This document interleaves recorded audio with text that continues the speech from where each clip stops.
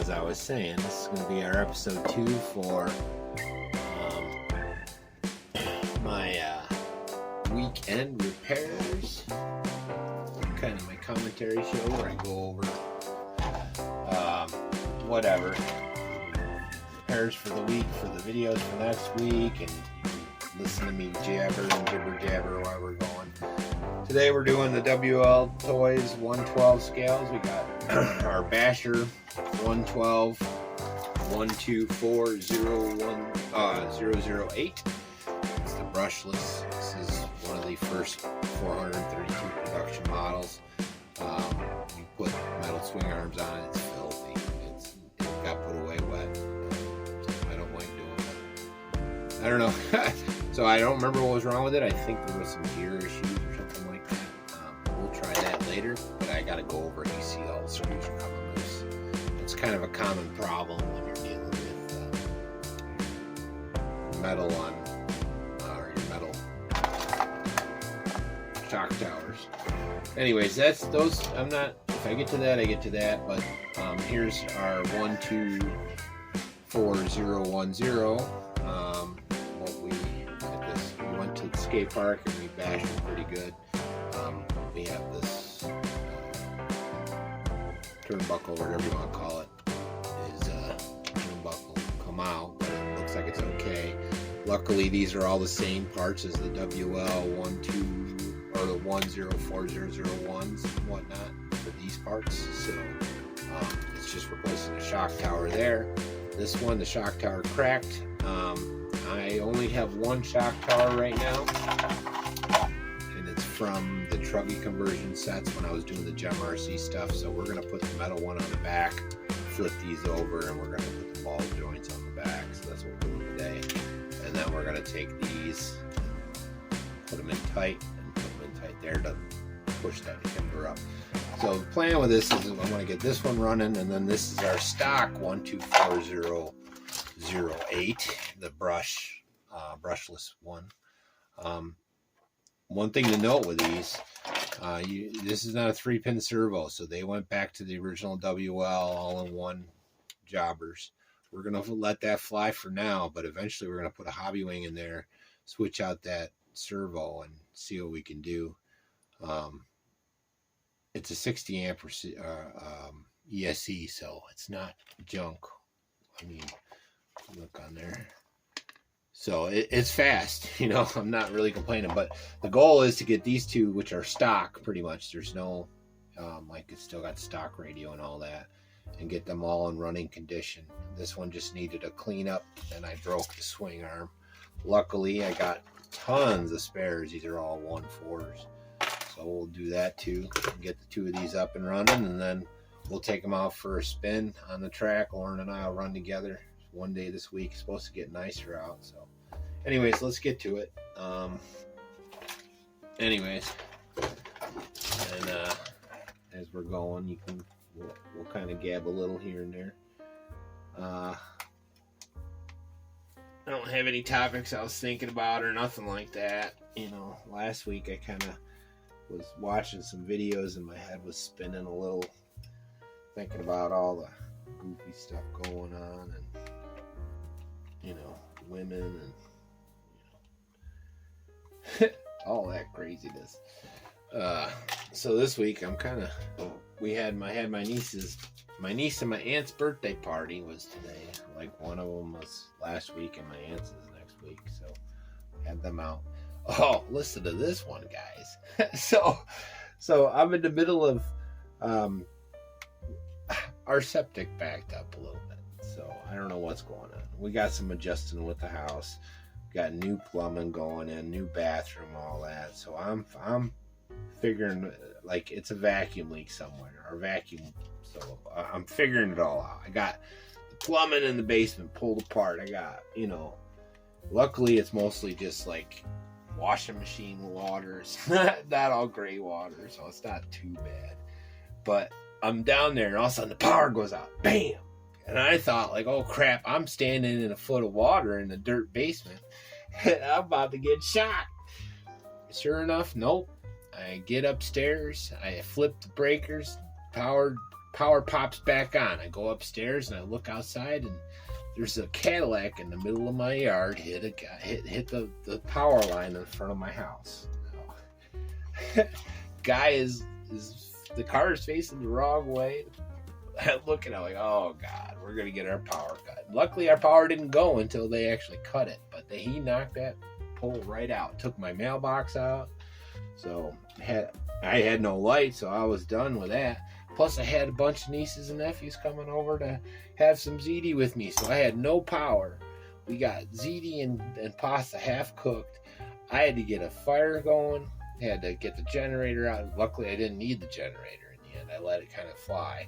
We're cooking the rest of the ziti on the wood stove. Try to get it warm so these girls get there that they can eat something. Talk about a crazy day. Holy cow, man. Anyways. I just thought I'd share that. It was an interesting day today. It's just a one day here at the right place, man. It's never a dull moment. So. Yeah, my road's pretty dangerous. I've had a couple people pass away in my yard. So I've seen some crazy stuff. Lots of deers. My house is older than the road, I'll put it that way. The house puts a funny bend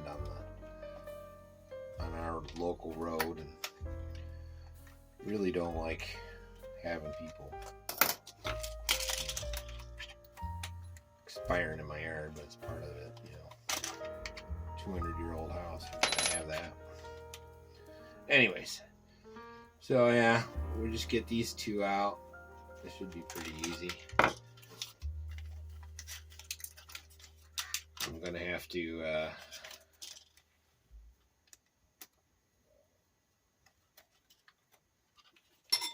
put these ball joints on the bottoms over here. So now this, I could just put it on the back way like that. But in order to do this, I gotta pop the balls out of here, and hopefully these are gonna go on there. They don't always go on so nice. So I'm going to take the shock off to do that.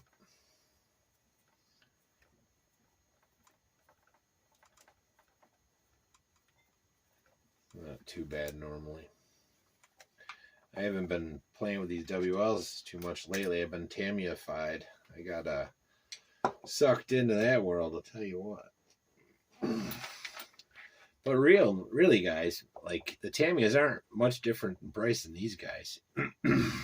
Realistically, I mean, my average TAMIYA is about $150. By the time I get one of these upgraded to where I want them, it's about the same price, give or take $10. Whatever. Like I just got. Now you gotta look for the deals. You can't. You want to go pay full retail, you're never gonna get a TAMIYA for under 200. But if you look, you never know what you're gonna find.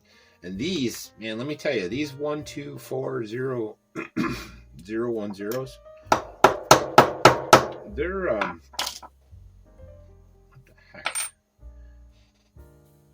The price has gone down to like $70, man. And for $70, I don't see why you wouldn't get one.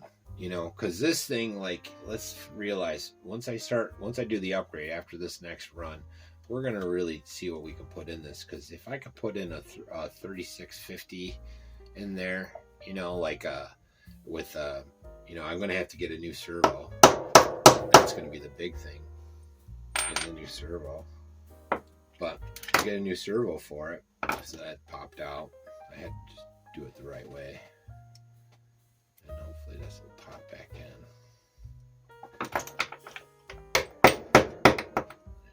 See, they're not that bad. So then that goes like that. So this is the same thing you do with the truggy conversion. Got lots of practice on this stuff. I gotta take that off anyway, so. But this won't be too long. Anyways, where was I? Wait, how if I use a screwdriver?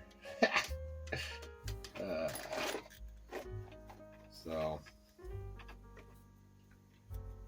Yeah, I don't remember what I was talking about. Don't matter, I guess. I was watching that Kyosho Sandmaster. Joe and Adventure Team, both those guys have been running that thing, man. It looks cool for $150. That's kind of in our price range, guys. That might be one for the book, but we do have a car coming, possibly another car. I'm not going to really, well, I mentioned it before, but I'll leave suspense. So we should have a mail call coming pretty soon, possibly a second. Shortly after that.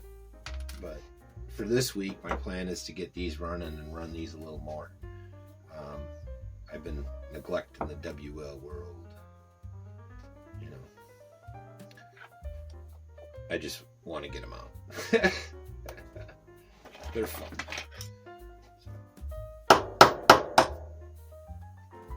Did I do that the wrong way again?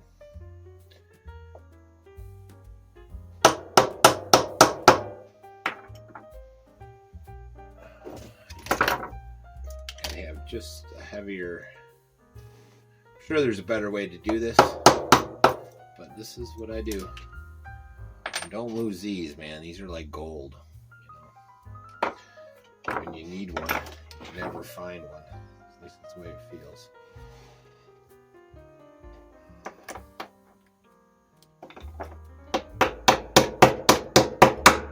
All right. Not bad at all.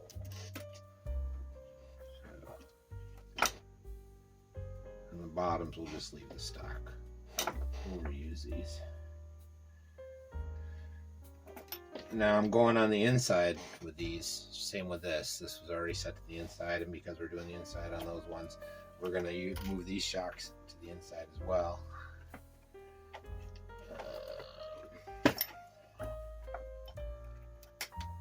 And guys, don't forget to put your dog bows in before you hook your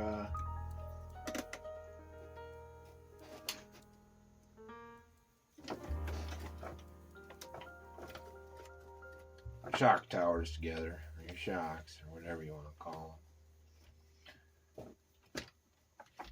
them. Now, unfortunately, I didn't get to run this too much. I got this car like right around the same time my world was a little kerfuffled, which is, again, the way things go. So, and then you just put these 4 screws in here. Now, I still got to put... You don't have to worry about the dog bones at this point, but when you put these ones on, you have to worry about it. Sorry, I should have rephrased that a little bit.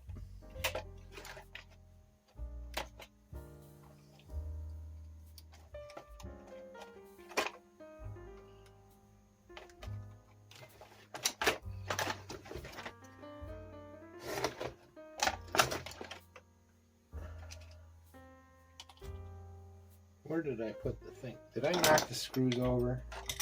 Ha! Never fails. Never fails.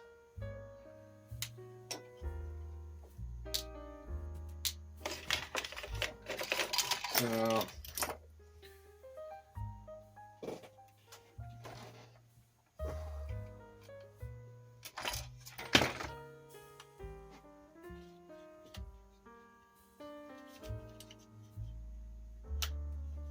I'm going to pause this for a second. I got to readjust. Alright, that is a better perspective. Plus I found my screws, so I had to get situated a little bit. So, we also got some good news. Our sponsor, Winter's Evening, they're going to be sending us some bearings for our DTO3 upgrade. So that'll be a video coming down the pipe. What the heck's going on here? My computer's going nuts. Thinks there's USB hooked up and there's not. Anyways. So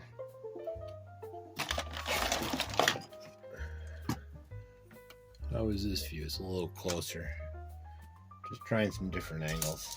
See how it goes, you know. These screws, man, the WL cheap $9 screw kit. It comes with all these M series, or these small screws, all these little guys that are WL and WPL size. With this, these screwdrivers are lifesavers, man. They're just good. Oh, so for this back wing, we're gonna use this one just cause. So you got, put it in there. So if you got that truggy conversion kit, you'd have to do this too. So my big fat fingers are in the way.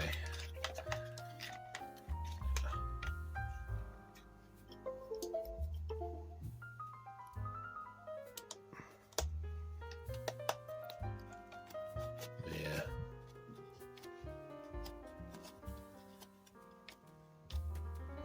Not too bad. That's annoying. Sorry guys, I have to end that. That's driving me nuts. I don't know if it's bothering you, but it's bothering me. Alright, there we go. So, back to a slightly separate, back to my house being dangerous and the road and all that. I got to tell you guys about a couple other times. They're kind of sad. Somewhat traumatizing, to be honest. To be completely honest. So, one day I go downstairs. It was a day that I stayed home. I don't even remember why. There was no work for the day or something like that. I don't know. Whatever reason it is. Doesn't really matter. I don't remember that. I go down and look for my wife. I thought she went out front on the porch to have a cup of coffee, so I was going out there to sit out there with her. I look out the window, I turn around, and I get about 8 feet into the room, and all of a sudden I had the loudest bang. It was louder than any explosion I've ever heard. I've heard a lot of explosions. Gun dealer, I know, or it was. So I know loud noises, you know. Anyways, and I see a tire go through my house. Car goes end over end, lands upside down. I went through my house. So I was in the room. It was pretty crazy. He passed away. He was a software engineer, 61 years old. None I could have done. I went, tried to help best I could. Ran in to get some blankets because I was gonna. My plan was, I knew he was choking, and we had to get him out. So any injury that was on him, immediate life threatening, was first and foremost. I know that from Boy Scouts and all that. You know, I know basic training. You know, I know trauma. I know triage. So I run in and I tell the neighbor guy, I was like, okay, when I come back, we'll put a blanket underneath him and we'll take his seatbelt, because he was hung upside down on his seatbelt, and pull him out in one motion. Now, I didn't have any stabilizers to do his neck or anything, but at that point, I didn't have a choice. By the time I come back, he passed away. Not much I could have done. Pretty crazy, though. Just coming around the bend, going to work in the morning, you know. Couldn't have been very late. I got up late that morning, you know. Weird how that stuff happens. Anyways, the way things goes, right? The way things goes. So on this side, I gotta drop this. Might have to cut this for a moment. I always said I should write a book, because I've had enough experiences in my lifetime, literally to, you know, which means my family has had these experiences too. That would be a shared moments, you know. But pretty crazy. Not proud, just, you know, it's the way things goes, you know. I think I found some longer ones. These a little bit longer. Yeah, those will probably be better. So this thing should run even better now. My hope is, you know, I think if I remember correctly, it was like 19 miles an hour in a speed round we did. It might be a little faster. I don't know. I don't remember. Not in the right state of mind to think about that right now. So yeah, I don't mean to get all weird about that. That other stuff. Just, Yeah, and this year we had another one of those. This one was way crazy, way crazy. So I'm in the same room that, you know, it took us like 4 years to get our house mended from that, you know, partially because of laziness and money, you know. Living poor is not always easy. But so I hear this huge explosion again, like last time. So we had 2 cars coming around the bend, and right in front of my house, they hit head on, you know, to each other. My wife comes running in. Been an accident. And I run out there, and I get to the one. There's a pickup truck and an SUV, and pickup truck's on the one side. Say there's a phone pole here. It's over on the side of the road. The car's over here now. The road goes like this, so they collided, and both cars. So it looks like my video stopped. So, I was in the middle of telling the story, and it's both cars hit, and it spun in the air, you know. So when I finally get over to them, I checked the one car, and my neighbor come running up, and it was a lady in there. Her leg was pinched. She couldn't get out. There was no blood. Probably broke her leg. I think if I remember correctly, it shattered in a bunch of places. There was no visible gas on her car. The car that was in the road I went over was the SUV.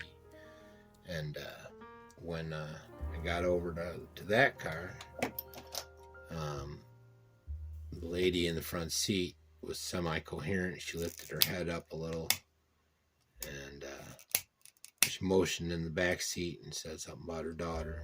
And then my neighbor was driving up the road, and she lives like 4 or 5 houses down, and she got there, and I was like, you got to hold her head, you know. Can you hold her head up? And she's like, yeah, because I got to get her daughter, you know, because at this point the car was still smoldering, and there was gas, and we weren't sure what was going on, and we were just trying to get, you know, people to safety, and I wanted to check on the daughter, make sure, see where she was doing. So I got to the back, to the little girl. She's might have been 7 or 8, I think, maybe 10. I think she was younger. I think she was like 7 or 8. I remember her eyes. She was scared, and I went over and I asked her if anything hurt, and I made sure she was coherent. I asked her, you know, what happened, and she said she don't know, and then she I said, I made sure that there was no blood or nothing, and she didn't have any physical bruises. Turned out she had broken ribs, but I pulled her out of the car because she was talking and coherent, and just to get her away, because I don't want her to see her mother like that, and I don't want her to, you know. Anyway, so I give her to one of the other girls that were out there, and get her all squared away, and then I grabbed a fire extinguisher, run back to the house, and a couple other guys that started moving the debris. And there was one guy that was there first was a deaf guy, and I didn't get his name, but I seen him around locally. I think he was one of the frequent Grow More customers. I don't know. So anyways, he left, and the cops got real mad because I didn't catch his name, because he was the only eyewitness to the actual accident, you know, because he was the guy that was right behind him, you know. But I was trying to stop traffic, and there was, you know, like cars coming up over the hill, so I was worried about that, and there was no cops there yet, and I was trying to put the fire out, and I'm sorry I didn't get the guy's name, you know. They were so mad at me. I don't understand that. Anyway, so the cop come up, and I'm like, the lady that was holding her head just said she's going, and I look at the cop, I'm like, can you get them moving? You know, like, I see them down the road, they're blocking off the road, but we need, you know. I might have got mad, you know. I don't know. I don't think I said anything too bad. I don't remember exact words said or nothing like that, but whatever that's worth. So And the lady did pass. Took them, oh geez, they were out there 8-10 hours, I would say, mapping off the thing and doing all this and that, and 12 investigators all hooting and hollering because they got a case to work on. It's all exciting, you know. Anyways, I was pretty sour that day. So yeah, my house is pretty exciting. Never know what's gonna happen. Put a fence up, put lots of big boulders on the end. But my house has been here longer than the road, man. It's got some vintage. I think people need to drive slower. I think people need to stop being on their damn phones, especially in their cars. Anyways, is what it is. This one's almost done, and I think we're going to call it here, and I'm going to start a second tape, and if you guys want to continue on with my bantering, and then I apologize for all this depressing talk, but I don't know, I got to thinking about that today with the accident, so kind of brought back some memories. And trust me, I wasn't no hero or nothing. It wasn't like that. I didn't mean it like that. If it sounded like it, it's just what happened, you know.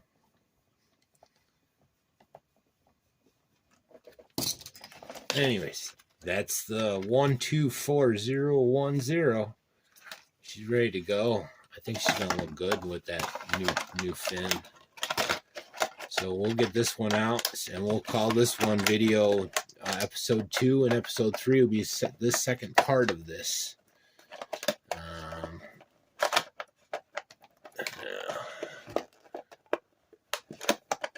What the heck?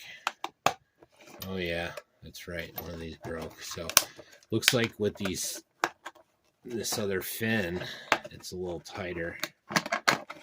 So it's not. I might have to do some trimming, some slight trimming. But man, that looks sweet. So with that one done,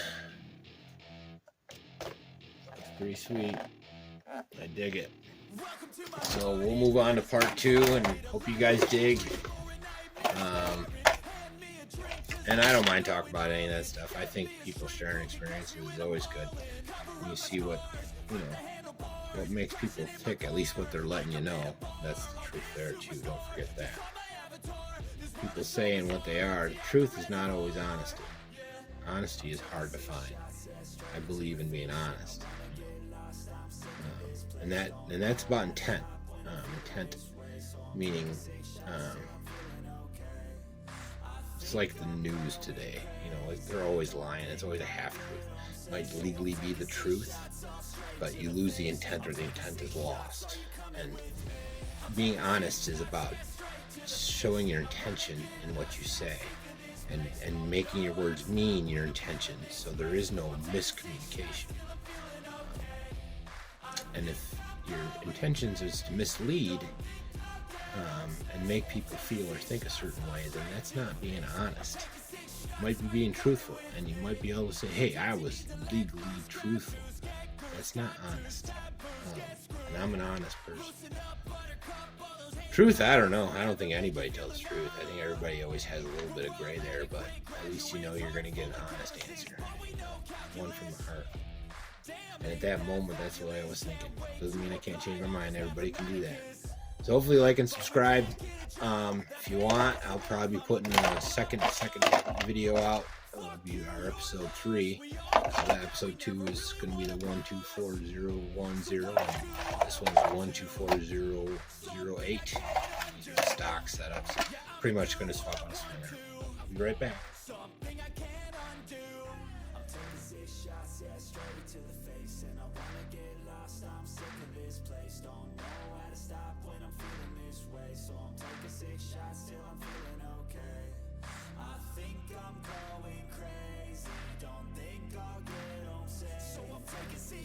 All straight to the face. I'm taking 6 shots, are you coming with me? I'm taking 6 shots, yeah, straight to the face. And I wanna get lost, I'm sick of this place.